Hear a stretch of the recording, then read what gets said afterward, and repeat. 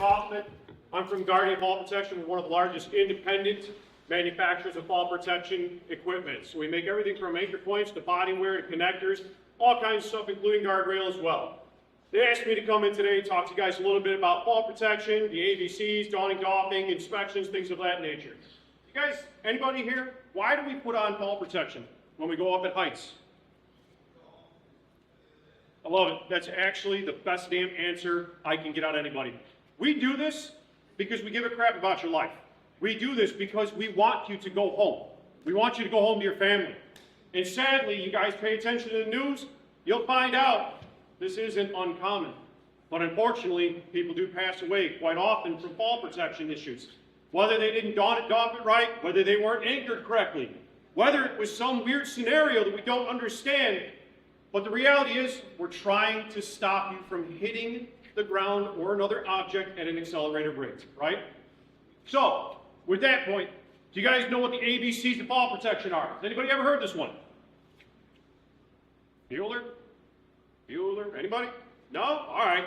So, one of the things I do is, you guys have seen me run around with this giant van that's outside right now. Big Sprinter van says Guardian. There's a giant crane that comes out of the back of that thing. I train people. I do the fall protection awareness class for companies all the time. I go out to job sites and do trainings on job sites all the time. So, one of the things we talk about is the ABCs of fall protection. I even have these fun little cards that they made up. I even have posters that are made up to talk about A, B, C, D's, and R. So A, what is A? Anchor point. What are we anchoring to? When you guys go up at heights or exposed to a potential fall, what are you anchoring to? What do you guys, when you're up on top of a roof, what are you anchoring to? Okay, so you got a variety of different things. Here's something to put into perspective for you. Keep it in mind. OSHA says that we have to have an anchor point that can withstand 5,000 pounds of impact pressure. Put it in perspective. Look at your anchor point. Can you hang a Ford F-150 from that? That's a great scenario to put in your brain. And the reason I say that is because I encourage you guys, next time you go to a job site, next time you go to anywhere where you see people using fall protection equipment, look at what they're anchoring to. Anybody have any wild ideas what I get called out to see and to tell them not to anchor to all the time? You got it hanging right above your head right now. Conduit and water lines. I'm not OSHA. I'm not here to, yell at people or fine them. That's not my job. I'm simply here to try and help you guys stay alive. So I literally walk up to people all the time. I'm like, hey, the conduit up there, can you guys bend that if you put some leverage into it? Yeah. If you took a fall, do you think that it's going to hold you? And they're like, oh, okay. So option for you. Look above you. You got an I-beam up there, right? We know that that's structurally sound. That's going to hold 5,000 pounds. So we have all kinds of anchors, connectors like this. Cross-arm strap. You guys use them? Beautiful. You guys know how to use them correctly? Excellent. The reason I ask that is I get this all the time as well. People take a cross-arm strap and they'll wrap it around once. And I'll see it like this with all this dangling out there. The reality is you need to find a cross-arm strap that is designed and sized correctly for the anchor point that you're connecting to. You need to make sure that this thing is choked down, hence the other nicknames of these things. Choke it down as many times as you can so there's as little hanging out as possible. OSHA says we're not allowed to free fall more than 6 feet. So if we have a connector or a retractable or a lanyard hanging off of us, and I have that much extra, there's an extra amount that we potentially could fall. So just be aware when you're taking anchors. Make sure you're using the correct one. We have all kinds of very unique anchors. We've got a bunch on the table over there. We got concrete lollipops. We've got beam clamps. We've got all kinds of shingle anchors. There's a plethora of different things that we can use. If you guys ever get hit up with something where you're stuck somewhere and you don't know what to use, call me. That's my job. I'm always bouncing around. You see me bouncing violently in the van down the expressway. I will come out to your job site. I will help you figure it out. All right? So anchor point, remember, 5,000 pounds. That is what we are connecting to. So B, body wear. That's the next thing. Our harness. Check your harness. Here's a good one for you. How often are we supposed to inspect our equipment? There it is, every use. Before every use. The reason they say before every use is because you have no idea if you're sharing a harness, somebody may have thrown it in a gang box with a bunch of saw blades. That guy may have inspected it, may have been great, but he may have chucked it into a gang box and got it messed up, frayed it, cut it, punctured it, broke it, something may have happened. So when we grab our harness, we got to inspect it really quick. There's 4 different pieces to it that we're inspecting. First is going to be your hardware. You're looking at everything metal on this harness. Make sure it's not cracked, frayed, broke, missing pieces, or rusted. If it's surface rust or anodizing, if it's aluminum, if it's oxidizing, you can wipe it off, then you're fine. But if the material is starting to erode, you're not fine. OSHA will fine you. You guys know that there's 1,200 new OSHA inspectors out there? They're hitting everybody, including a lot of my customers. It's getting really annoying. So check all of your metal hardware. Here's one that drives everybody nuts. The eyelets, all these grommets on your harness. I don't care if you don't use the very last one. If it's not there, it's deformed, it's bent, broken, OSHA says your harness is compromised. You got to cut it up, throw it away. All right?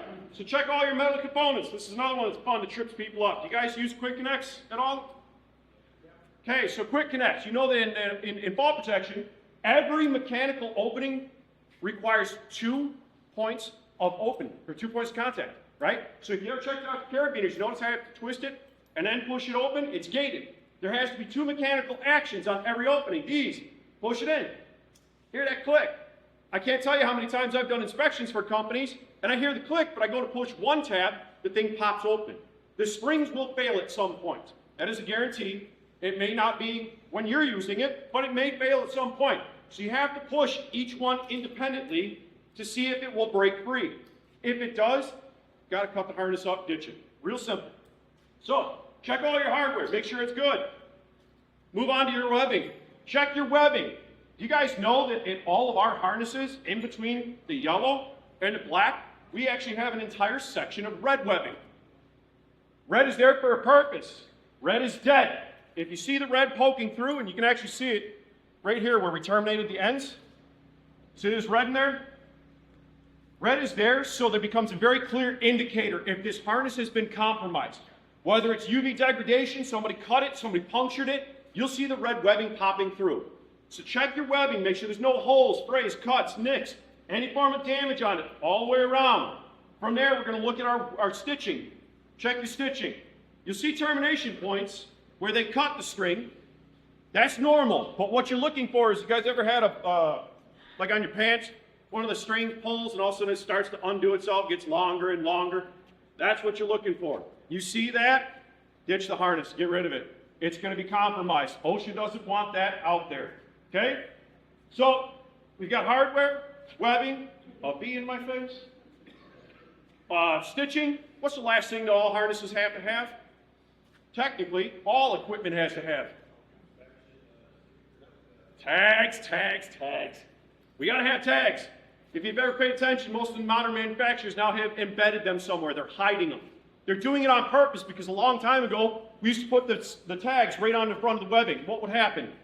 It'd wear out. And OSHA says that if any part of this tag is missing or illegible, it is compromised. How do you know you're not missing something on the instructions? So it all has to be there. Make sure it's in good shape. All right? So when you're donning and doffing the harness, when we're putting it on, we put our harness on. I put this one on quickly just so we have an option and I don't have to worry about going through it. But when we put the harness on, where's our D-ring supposed to be? In between our shoulder blades. Anybody have any idea why? I'll tell you this story real quick.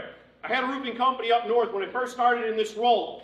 Safety guy was getting real irritated at a couple of guys that just would not listen to him. They're younger guys. They kept moving their D-ring down at the middle of the back. Why? It's easier to connect to. Because they had little T-Rex arms. They couldn't reach. So they put D-ring in the middle of their back. So in my van, I have the crane that has a hoist that goes up in the air. At the time, I used to be able to suspend people. And this was the fun one. The guy literally told me, he says, before you go there, the guy in the red hat is the guy who's giving me the most amount of problems. He says, have them all put on their harnesses, and then when you're ready, don't even tell them how to don and doff it. Just have them put it on there, pick the kid with the red hat on, hook them up, and lift them off the ground. I knew what was going to happen. I thought this was going to be funny. All right, so I'm like, everybody put your harnesses on. Get the kid, brought him over, started raising him off the floor. His D-ring's in the middle of the back. Where do you think he went? He went flat. That kid went Superman. He nearly was crapping his pants. He's grabbing the post and everything. I'm trying to contain my laughter. But what was the best part is, I go to lower him down, I turn and look. What do you think all the other guys were doing? They're quickly trying to get out of their harnesses so they can move their D-ring back. Here's the problem. These harnesses are only designed to take the impact with you vertical. It grabs the thickest part of your body and displaces the load from there. If you lay flat and there's no waist belt here, where's all your weight going? You may snap. You may fold like a taco. It's going to hurt bad. So make sure you got it adjusted correctly. D-ring, middle of the back. Chest, same thing. Put it at about your nipple level. And the reason we want this no higher is because your harness is actually going to stretch. They are designed so that when I take a fall, and I can do this even suspended, this D-ring will be about 1 foot to 1.5 feet above its starting point. So if this is too high to begin with, and this thing starts stretching, where's it going? What's worse than taking a fall, surviving, now you're choking to death or have a broke jaw? Let's move it back down. Keep it right there, okay? We're gonna move our way down. I'm gonna put my leg straps on. This harness is designed so the leg straps actually go around the thigh, not cutting up and across. They changed the design on some of our newer ones specifically because it offers you the freedom of being able to move without it strapping you down and slowing you down, all right? So I put my leg straps on, and I have one on incorrectly, one pretty much close to correctly. What's the rule of thumb? How tight do we want this to be? Put your hand in there, make a fist. You should not be able to easily pop it out. Put your hand in, make a fist.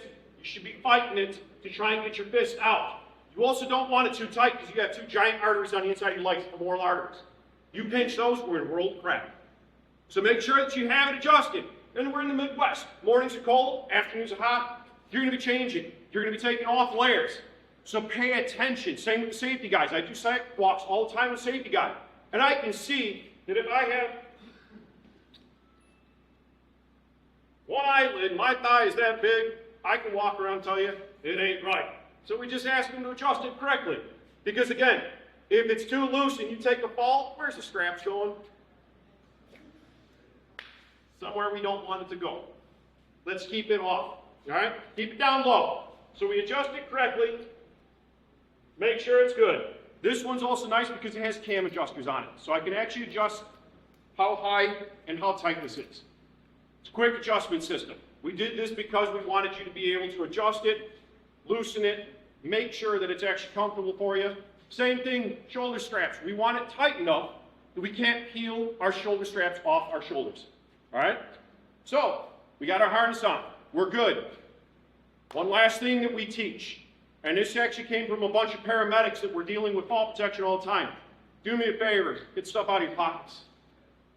Bad scenarios that have happened in the recent past. Guys had phones in their pockets. They took a fall. What do you think happened to that phone? It shatters. It embeds into their leg. Microchips, plastic, glass, wedging into their legs. Something you don't want to deal with, all right? Also, on these harnesses, I encourage you guys, if you can, get trauma straps. OSHA says that if you take a fall, you have legally 15 minutes to get your butt down. One way, shape, or form. You have 15 minutes before blood clotting, before the blood toxins start to cause a problem, right? This harness happens to have the trauma straps built into it. So you can actually deploy them from the side. And you can actually hook trauma straps up to any harness. They're inexpensive. They're very easy to do. And what it's designed to do is you have a lasso. Quick connect onto it. Try and pull it tight.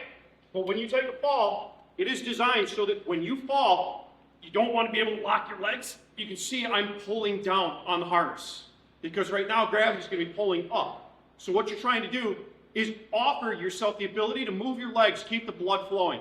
Engagement. You want to be able to keep things going, but also try and remove some of the stress off your femoral arteries. Here's the problem. After 15 minutes, blood clots start happening. You'll also start getting blood toxins. And usually what happens is, you see it on the news all the time. Somebody took a fall, they refuse medical attention because they're too proud, or they don't think that something went wrong. They go home, they lay flat, those blood clots can freely move now. They hit the heart, the lungs, or the brain, and it usually gets them in the middle of the night. We hear about it all the time. Somebody took a fall and they ended up not waking up in the morning. All right, so this is a very inexpensive option that you can add to any harness. So, we talked about bodywear, we talked about anchors, now connectors. Connectors is going to be retractables, lanyards. What are you guys currently using out there? You guys use retractables?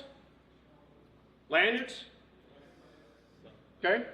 So, again, big thing is, we want to inspect all of our equipment prior to each use, right? Retractables are designed to stop you quickly if you take a fall. Lanyards, depending on what kind of lanyard you're using, it's designed to stop you. It's designed to reduce the impact pressure on a human body, but like expansion lanyards can go up to 12 feet. So one of the things you have to pay attention to is if you take a fall, you have to pay attention to your clearance. The clearance is from your anchor point to what? It's not the floor, it's the next lowest object. Because you could have one of these carts, you could have a game box, you could have a dumpster, you could have something else below you. You may have calculated your distance correctly when you were standing there and there was nothing below you, but somebody moved something in front of you. Now you just decreased the distance. So you might have a problem. I have in that card, I also have posters that help you understand fall clearance. But nonetheless, inspect your equipment. I'm going to show you this one. I want to see if anybody can pick it out. This was actually used by one of my customers. It was still in use, up on top of a concrete deck. They asked me if it was under warranty. I grabbed it, immediately knew what was wrong with it, and said, holy crap. Can anybody point out the clear, obvious thing that's going on with this retractable? Make it a little easier. Why is cable coming out of the side of the housing? It's supposed to be down here. They side-loaded this thing so hard and so many times, it actually sawed through the housing.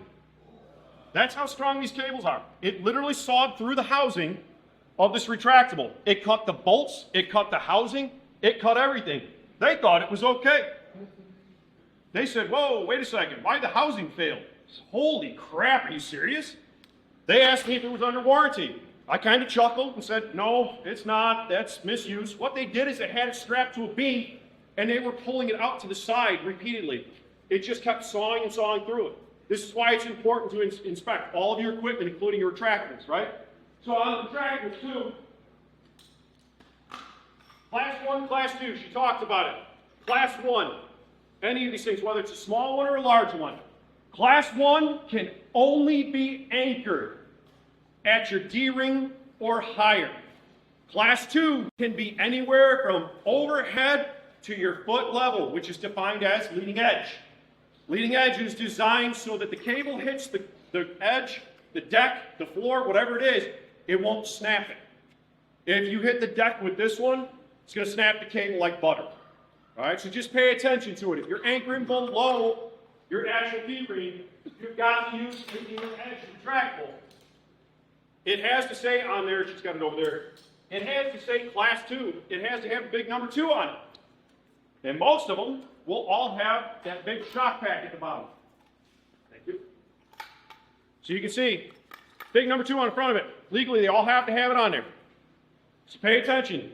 Class 2, foot level, all the way above. Class 1, here, above. Okay?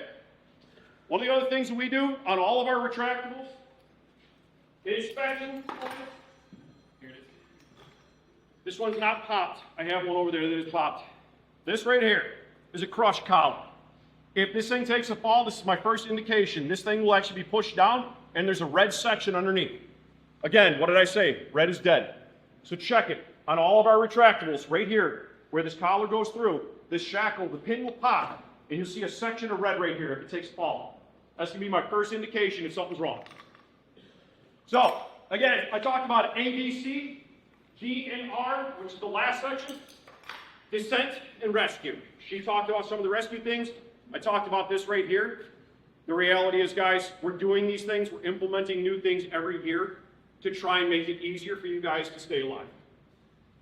So pay attention to what you're using. Inspect it. Make sure you have everything calculated correctly. And again, I'll leave some of the posters for you guys. You guys can take a look at it, keep it around. It'll help you understand your fall clearance, but also she talked about it, the swing factor. And then if you guys can, implement trauma straps because it may save somebody's life.